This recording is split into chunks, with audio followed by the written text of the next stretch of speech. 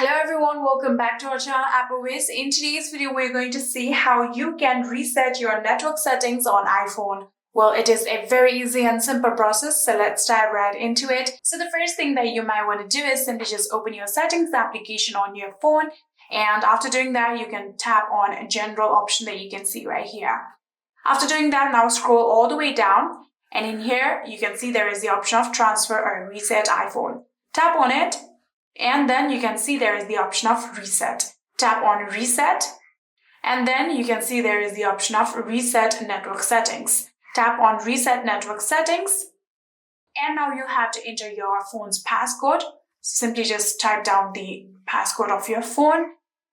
And finally, there will be the option of reset network settings. So you can tap on this final reset network settings. And just like this, you will be able to successfully reset your network settings.